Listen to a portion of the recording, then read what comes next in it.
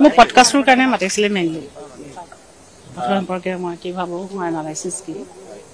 এই ধৰণৰ কথাবোৰ আমিতো একচুৱেলি আগতে অলপমান কথা পাতিছো মানে যিখিনি ৰেডি হোৱাৰ আগত পতা যায় যেতিয়া প্ৰস্তুতি চলি থাকে কিবা কিবি বিভিন্ন ধৰণৰ কথা হৈছে কিন্তু আপোনাৰ পডকাষ্টত কেইবাটাও শব্দ জুবিনদাৰ শেষ মুহূৰ্তত মিলিছে যেনেকে জুবিনদাই কৈছিলে তেওঁক ব্যৱহাৰ কৰিছিলে সেই কথাসমূহ কোনে ব্যৱহাৰ কৰিছিলে কি ধৰণে কৰিছিলে সেই কথাসমূহ আপোনাক কৈছিল নে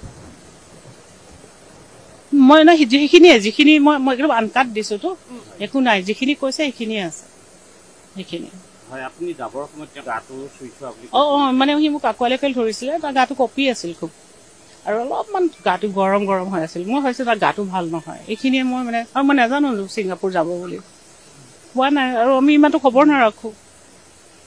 পডকাষ্টৰ বাদেও যেতিয়া আপুনি কথা পাতিছিলে কিবা তেনেকুৱা বেলেগ পডকাষ্টৰ ভিতৰতে মেইনলি কৈছে আৰু টৰ্চমিটালৰ কথাখিনিতো মই ৰেকৰ্ড কৰিলো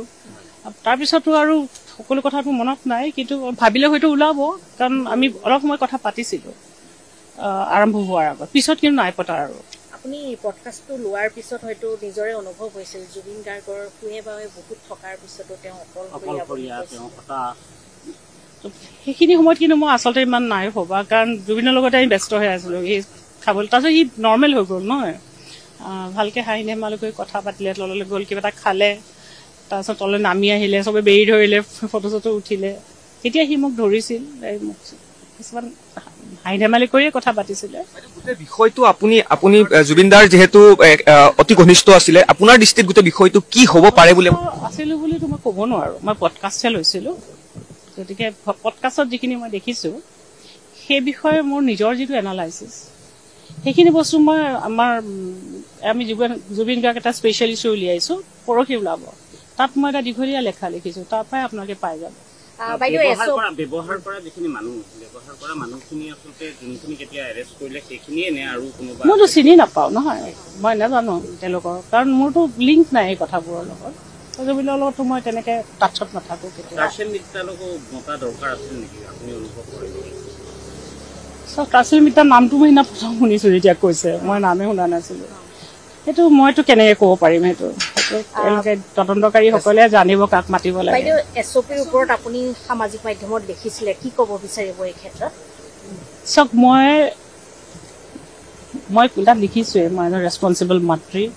ৰেছপনচিবল লেখক আৰু আপোনালোকে পঢ়িছে আৰু মই ভাবিছিলো যে এজন পৰিপক্ক ৰাজনীতিক হিচাপে তেওঁ কথাটো বিবেচনা কৰিব তাত কোনো মই জবৰদস্তি বা মই কোনো প্ৰেছাৰ দিয়া নাই কিন্তু তেওঁ যদি বিবেচনা নকৰিলে সেইটো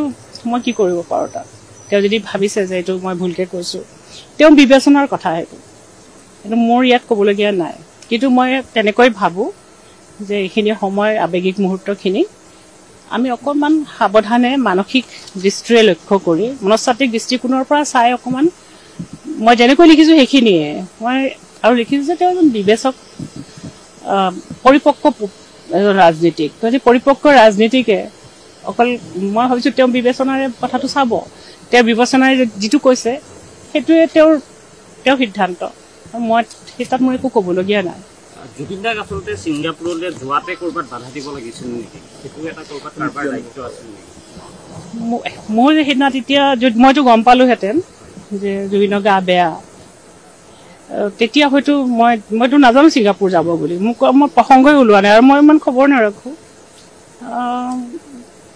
মই সেইটো ডেফিনেটলি ক'লোহেঁতেন যে জুবিন যোৱাটো উচিত নহয় মানে বাধাই দিব লাগিছিল